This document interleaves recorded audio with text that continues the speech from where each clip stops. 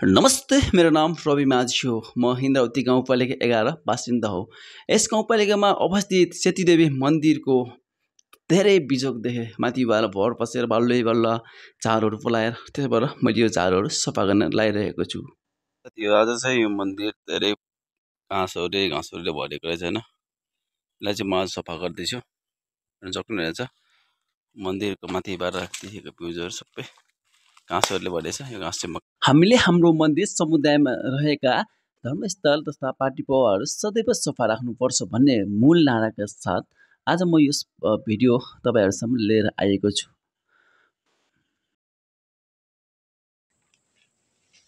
सबैभन्दा पहिला चाहिँ मैले यहाँ वरिपरि भएका झारहरू चाहिँ हटाउनको लागि हँसियाले चाहिँ काट्न सुरु गरिसकेको छु। यो काटिसकेपछि मैले साबेल लिएर आएको छु र साबेलले सबै यसका जराहरूलाई म एक एक गर्दै सम्म र माटो झार मुक्त बनाउने छु। पक्कै पनि लास्ट समय र साथ दिनुहोला। भिडियो लामो हुनुभएको कारणले गर्दा मैले भिडियोलाई केही स्पिडमा बनाएको छु। कस्तो लाग्छ कमेन्ट पनि गरिदिनु होला कुन ठाउँबाट हेर्दै हुनुहुन्छ। तपाईहरूले पनि आफ्नो समुदायमा रहेको पार्टीपवा मन्दिर धर्मस्थलहरू यस्तै भएको छ भने सफा गर्नुहुनेछ। यस भिडियो हेरिसकेपछि पक्कै पनि विश्वास छ।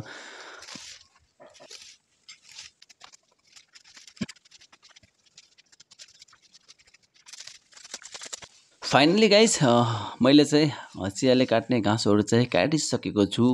अब केही छिनपछि मैले चाहिँ साबेलले यहाँ सफा गर्नेछु। लास्टसम्म हेर्नु होला, बोर नमानिकन। कस्तो लाग्छ यो भिडियो पक्कै पनि कमेन्ट चाहिँ गर्नुहोला अनि मिठो लाइक पनि गरिदिनु होला।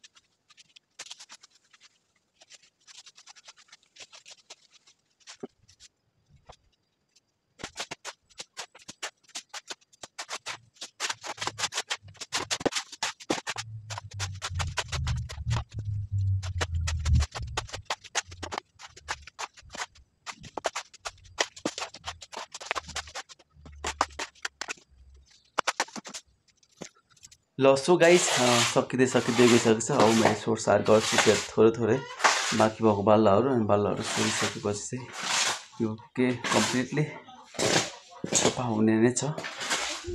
कस्तो लाग्यो तपाईँहरूलाई मेरो भिडियो? मन पऱ्यो लाइक कमेन्ट अनि सेयर चाहिँ गरिदिनु होला अनि सब्सक्राइब गर्नु भइदिनु होला।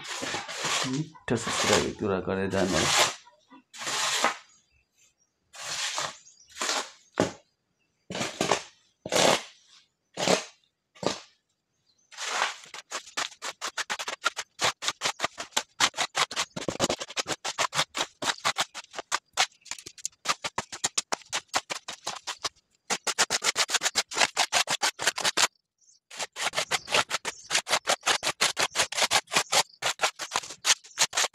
यो लगभग सकिन लागिसकेको छ भने अब उताको भाग त सबै सकिसक्यो भने अब यता थोरै यो भाग छ। यो भागलाई चाहिँ एकछिन सक्नुपर्ने हुन्छ।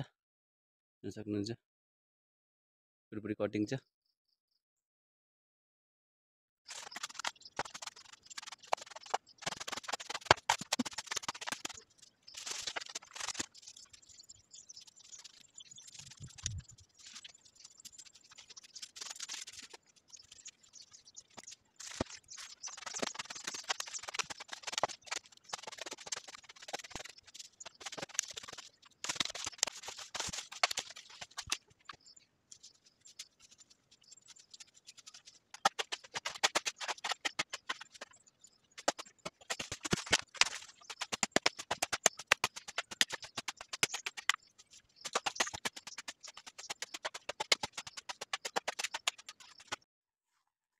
सो फाइनली गाइज मैले चाहिँ सफा गरिसकेको छु, हेर्न सक्नुहुनेछ वरिपरि गला हुन्छ अनि पछाडि सबैतिर सफा गरिसकेको छु। लुक्स हेर्नुहोस्, लुक्स पहिलाको लुक्स र अहिलेको लुक्स हेर्नुहोस् गाइज, देख्नु भइसक्नु भयो। सबै सफा भइसकेको छ, पहिलाको र अहिलेको धेरै फरक छ, हेर्न सक्नुहुन्छ।